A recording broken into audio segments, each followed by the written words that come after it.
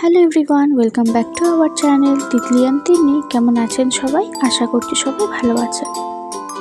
দিনটা ছিল বৃহস্পতিবার, স্বাধীনতা দিবসের দিন।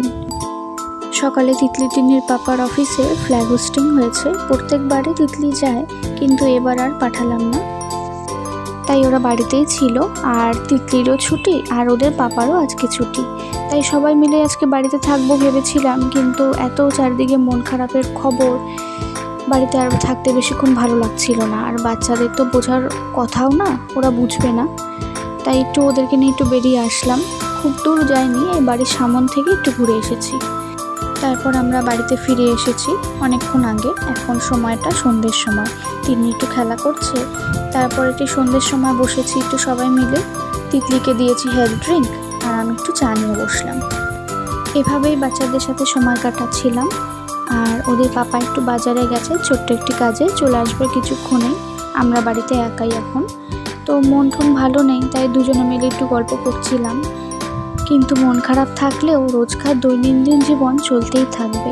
সময় মতো খাওয়া, সময় মতো ঘুমানো, সময় মতো কাজে যাওয়া, এসব তো করতেই হবে।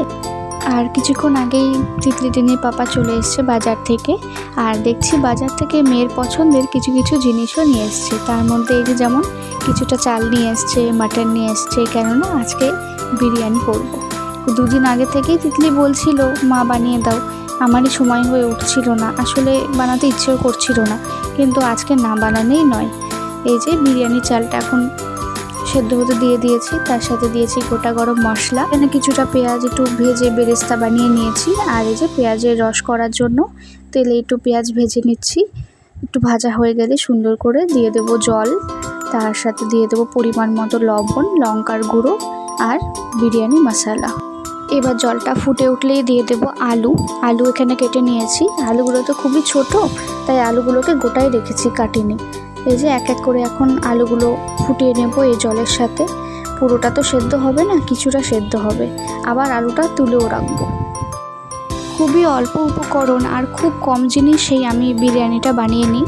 আর তিতলি তো এটা খেতে ভীষণই ভালোবাসে, ভীষণ পছন্দ করে। খুব কম উপকরণ দিয়ে আমি বানিয়ে নেব। এখানে নিয়েছি মশলা, আদা রসুন লঙ্কা, সাথে জায়ফল জয়ত্রী একসাথে বেটে নিয়েছি। আর ফোড়নে দিয়েছি গোটা গরম মশলা। এই মশলাটাও সুন্দর করে ভাজা হয়ে গেলে দিয়ে দেবো মাটন, আর তার সাথে দিয়ে দেবো পেঁয়াজটা আমি আগে ভাজবো না, একসাথেই কষাবো। আগে তো প্রায়ই বানাতাম, কিন্তু এখন ছোট বাচ্চা থাকার জন্য ঠিকভাবে বানাতে পারি না, মানে সময়ও হয় না বানানোর। এখন শুধু মনে হয় কত তাড়াতাড়ি রান্না করব আর কত তাড়াতাড়ি রান্নাঘর থেকে বেরোবো, কেননা ছোট বাচ্চা আছে ঘরে। আর এই যে কথা বলতে বলতে মাটনটা কষানো হয়ে গেল। মাটনের মধ্যে আমি হলুদ দিইনি আজকে, লবণ দিয়ে আর বিরিয়ানি মশলা দিয়ে কষিয়ে নিয়েছি। আর এই যে বানিয়ে রাখা জলটা দিয়ে দিলাম, এই জলটা দিয়ে ফুটে উঠবে এখন।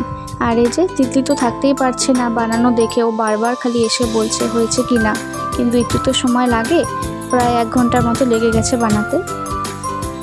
কড়াইতে কিছুটা বানিয়ে তারপর একসাথে প্রেসার কুকারে দিয়েছি, কেননা প্রেসার কুকারে না দিলে মাটন তো সেদ্ধই হবে না, আর সেই মাটন তিতলি খেতেও পারবে না। এই যে প্রেসার কুকার থেকে নামিয়েও নিয়েছি। এবার দিলাম ঘি, যে ঘিটা আমার বাড়িতে বানানো সেই ঘিটা দিলাম। আর সাথে দিয়েছি এই যে সানরাইজের বিরিয়ানি মশলা আর রোজ ওয়াটার কেওড়া জল। মাটন তো সেদ্ধ হয়ে গেছে, এবার হলো লেয়ার করার পালা।